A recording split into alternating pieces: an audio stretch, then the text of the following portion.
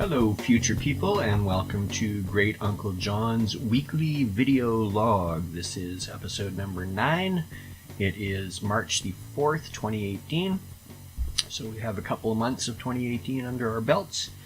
And every time I do one of these, I promise it's going to be short, and I think it will be this time because it was a fairly uneventful week, at least as far as my life goes. Big thing for me over the past week was I had the starter changed in my 2009 Dodge Caravan.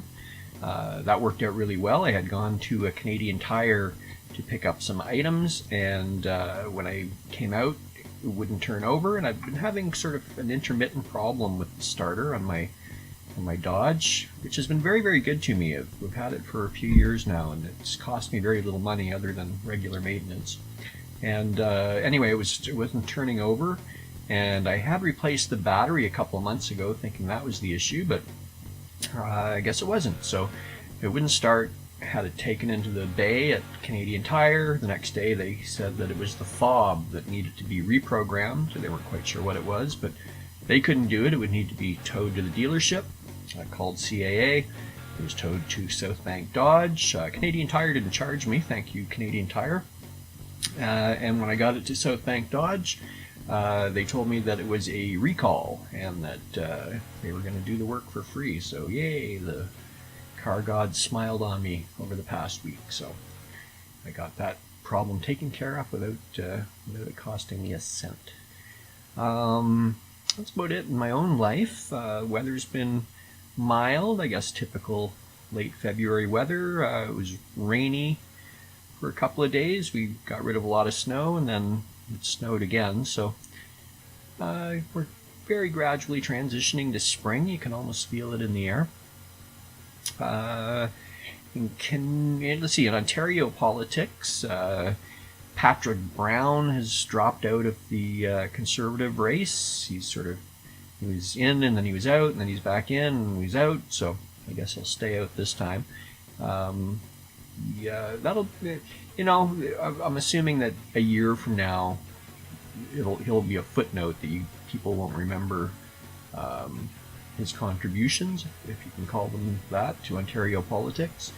The race itself is at the end of this month, end of March.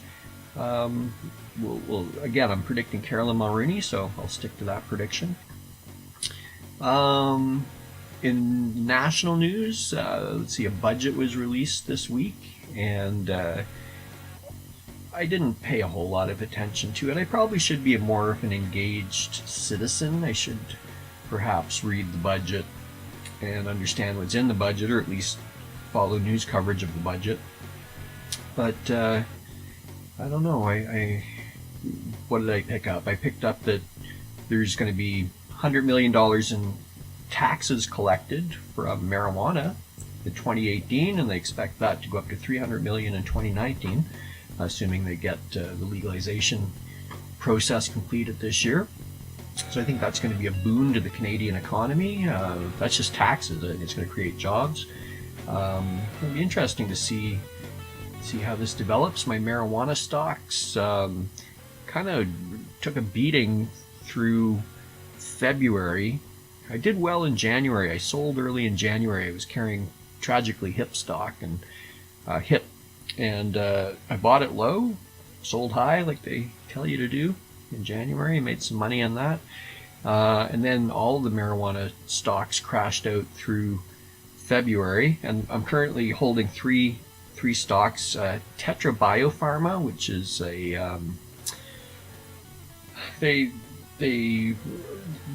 they're doing research in the medicinal benefits of CBD, I guess, and partnering with pharma companies.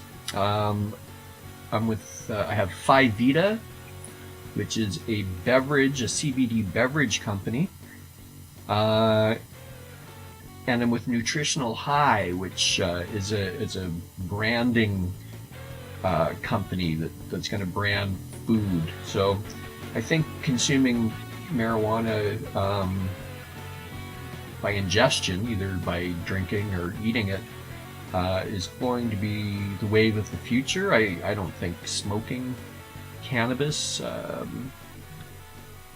is a great idea. It's not good for your health, and it stinks. Let's face it, marijuana stinks. Right now when you walk into an apartment building, you can smell it as soon as you walk into the lobby. And I don't think that's going to get any better with legalization. So I think the more we can educate people to eat and drink their cannabis, the better our air and their lungs will be. Let's see, what else? Oh, Conroy Pitt released a song this week, which I'll play underneath here and maybe fade out. I'm working on the video for it, so that'll be a while before that's finished. But it's called "Putting It In." I kind of like it. It has a Russian feel to it. The inspiration's been around for a couple of years. The tune well before Trump was elected, but after Trump was elected, it's and all the news of Russia and so forth, the tune kept coming back. So it's now written with Trump in mind, I think. So anyway, it's that's my artistic output for the past week. Speaking of Trump, let me see what's new in Trump news over the past week or so. Jared Kushner has lost his security clearance. I guess he couldn't quite pass the FBI smell test, and John Kelly, his nemesis in the White House, yoinked his security pass.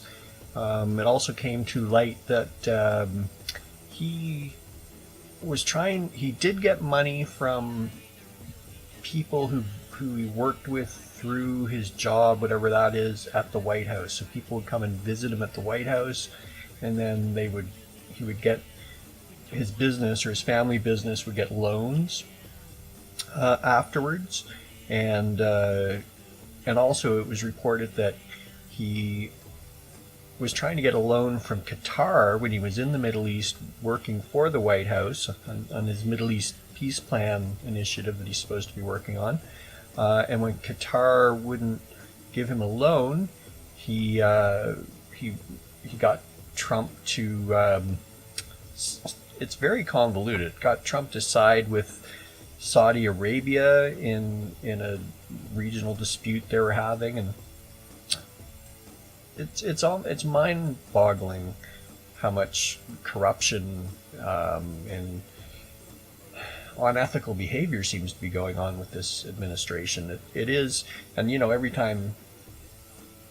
every week since this presidency started, people have been commenting on the chaos that it's in, but I think it's reaching a new low. Hope Hicks, that's the big thing. Hope Hicks is the White House communications director.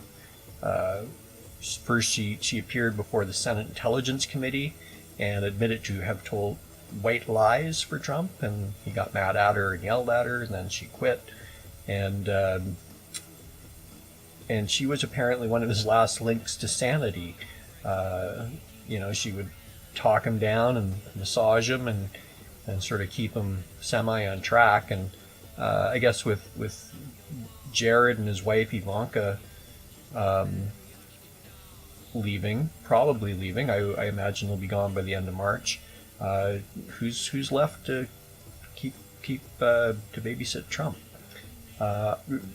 Almost finished Fire and Fury. I'm down to maybe 20 or 30 pages. I'm an excruciatingly slow reader. I'm a bedtime reader, so I'll read 2 or 3 pages and then fall asleep. So really it takes me months to read a book. I'm enjoying it. I'll give a fuller review next week when I will be finished it. I guarantee you I'll be done next week. So anyway, that's it for me for now. I'll talk to you next week. Bye.